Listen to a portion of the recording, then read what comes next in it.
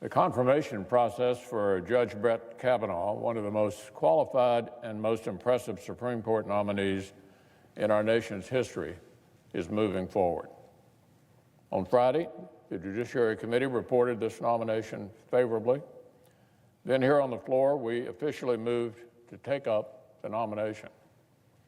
Every Republican member of the committee agreed that Judge Kavanaugh should be reported out with a favorable recommendation, and every Democrat voted in opposition.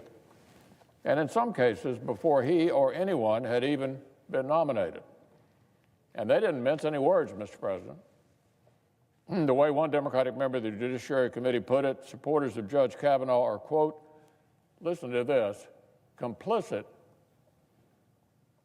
in the evil. That's a Democratic member of the Judiciary Committee.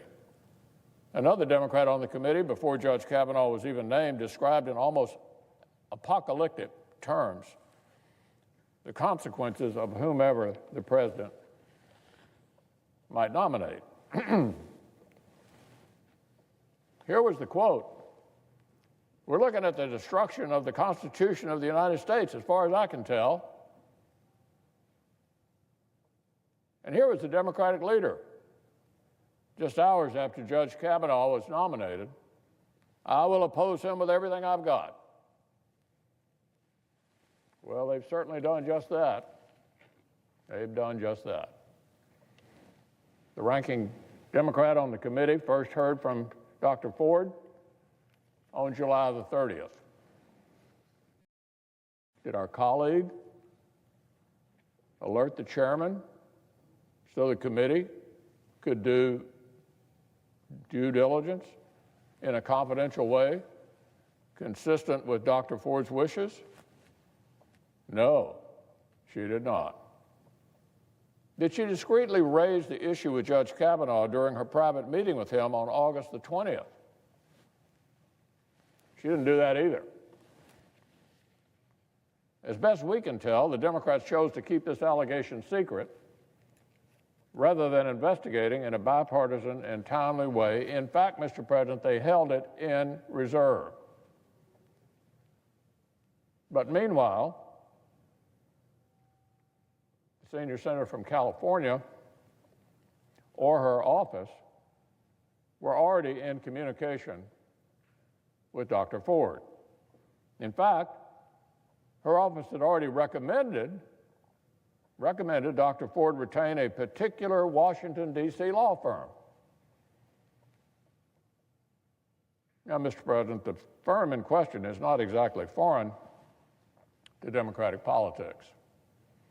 Two of its founding partners, including one of the attorneys who personally appeared at the hearing to represent Dr. Ford, had until recently been scheduled to hold a fundraiser for one of our Senate Democratic colleagues tonight.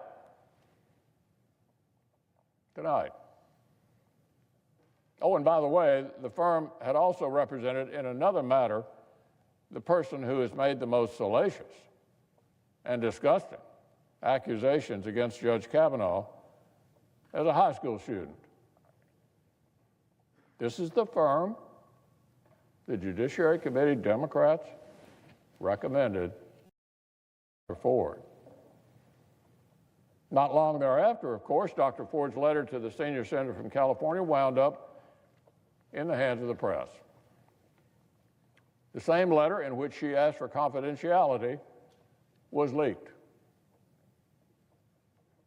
By whom? As best I can tell, nobody had possession of this letter except for Dr. Ford's Democratic Congresswoman, the Democratic side of the Judiciary Committee, and presumably the politically connected lawyers they recommended to Dr. Ford. And somehow, it ended up in the press. Dr. Ford's plea for privacy was brushed aside. A predictable media circus was launched. Of course, the questionable and concerning handling of this matter didn't stop there. In her testimony, Dr. Ford seemed surprised that Chairman Grassley had offered her legal team a number of more discreet and less burdensome ways to share her story if she preferred. The chairman had offered to fly investigators out to Florida, to California, or anywhere else for a private interview at a time and a place of Dr. Ford's choosing. Apparently, Mr. President, neither of our Democratic colleagues nor the lawyers they recommended felt it was necessary to make these options clear to Dr. Ford. She told the committee, quote, "I wasn't clear on what the offer was. I would have been happy to with you out there," referring to California. "It wasn't clear to me that was the case." So, Mr. President, let's take stock of all this. The ranking member withheld serious allegations from committee colleagues, precluding any chance that they would be handled with sensitivity and discretion. Meanwhile, her staff made recommendations that the accuser retain specific politically connected counsel. Then her confidential account reached the media faster than it reached either the chairman of the committee or the FBI, which our colleagues have been insisting must now look into it.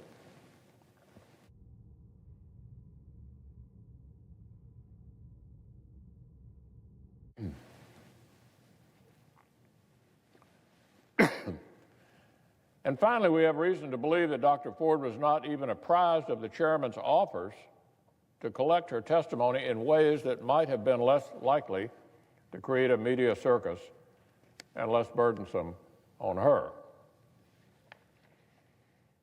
It's almost as if Dr. Ford didn't want a Washington, D.C.-based media circus, but others with whom she was in contact, on whom she was relying, wanted exactly that.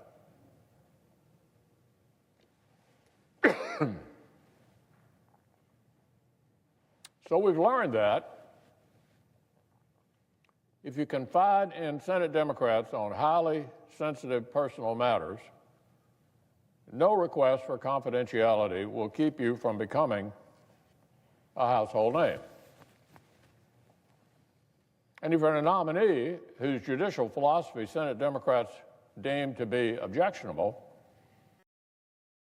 no centuries-old standard of presumed innocence will protect your name, your family, or your reputation from irreparable damage.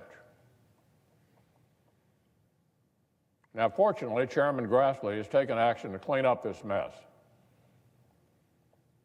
Last Thursday, he supervised a professional and respectful hearing. He retained an experienced sex crimes prosecutor to methodically collect the details of Dr. Ford's recollections. This is a professional who was recognized as Outstanding Arizona Sexual Assault Prosecutor of the Year by former Democratic Governor Janet Napolitano, a former Cabinet Secretary of President Obama, and herself a member of the Anita Hill legal team back in 1991. Here's what she wrote in her memo to members following the hearing. A he said, she said case is incredibly difficult to prove. But this case is even weaker than that. Dr. Ford identified other witnesses to the event, and those witnesses either refuted her allegation or failed to corroborate them. I do not think that a reasonable prosecutor would bring this case based on the evidence before the committee, nor do I think this evidence is sufficient to satisfy the preponderance of evidence standard. That is a lower. So will our Democratic colleagues listen to this expert opinion, although it conflicts with their political mission? Don't hold your breath. Nor am I optimistic they will stay consistent and accept the conclusions of the supplemental background investigation the FBI is now conducting on top of its 6 prior investigations of Judge Kavanaugh. Democrats demanded a supplemental investigation. They proclaimed it would be a game changer. The Democratic leader and the ranking Democrat on the committee both said recently that an FBI investigation can be completed in less than a week. But, Mr. President, I'd bet almost anything that after it runs its course in the next few days, we will then be treated to a lecture, that anything short of a totally unbounded fishing expedition of indefinite duration is too limited or too arbitrary or somehow insufficient. We all know that's coming. If you listen carefully, Mr. President, you can practically hear the sounds of the Democrats moving the goalposts. Remember, back in the summer, Democrats said there weren't enough documents to get a good sense of Judge Kavanaugh's career. Then we heard there were too many documents. Then once Dr. Ford's private allegation was mysteriously made public, we couldn't possibly move forward until we heard from them both.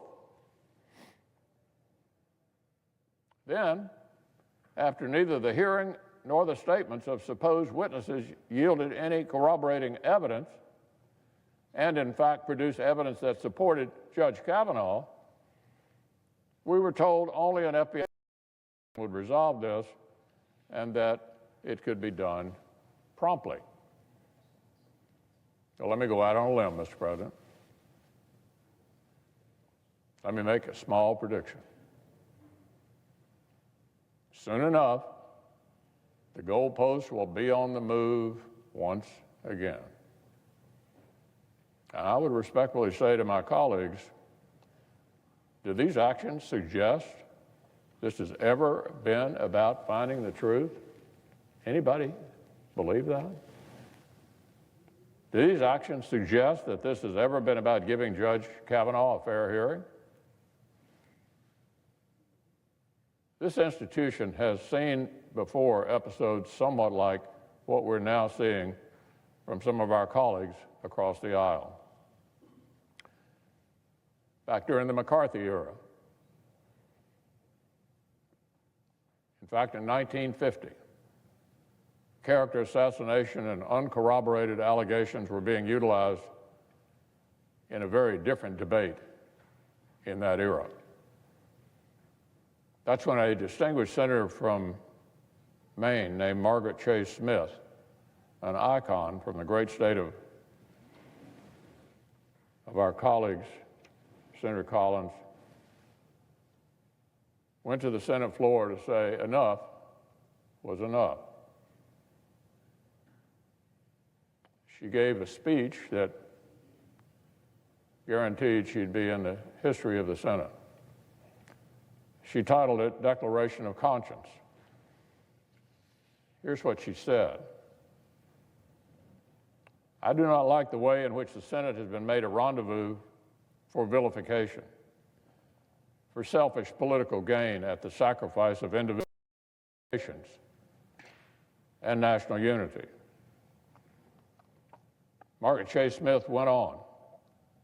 Whether it be a criminal prosecution in court or a character prosecution in the Senate, there is little practical distinction when the life of a person has been ruined.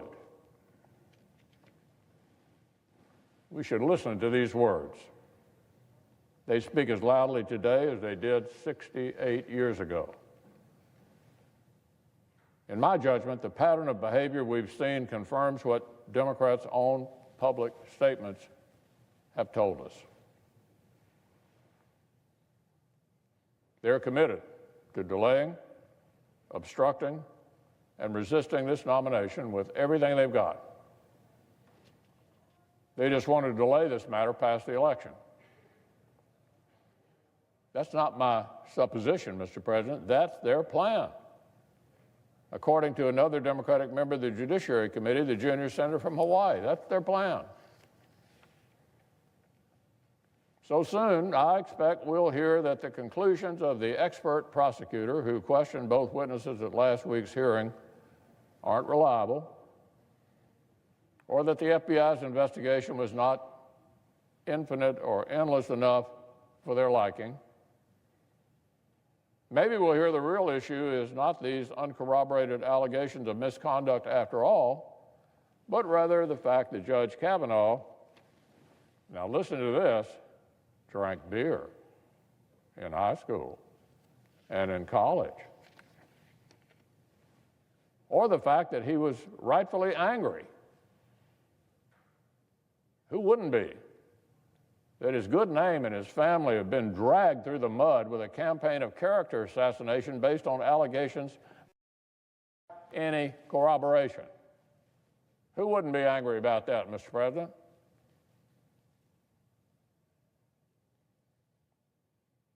Their goalposts keep shifting, but their goal hadn't moved an inch, not an inch. The goal's been the same all along. And so let me make it very clear. The time for endless delay and obstruction has come to a close. Judge Kavanaugh's nomination is out of committee. We're considering it here on the floor. And Mr. President, we'll be voting this week.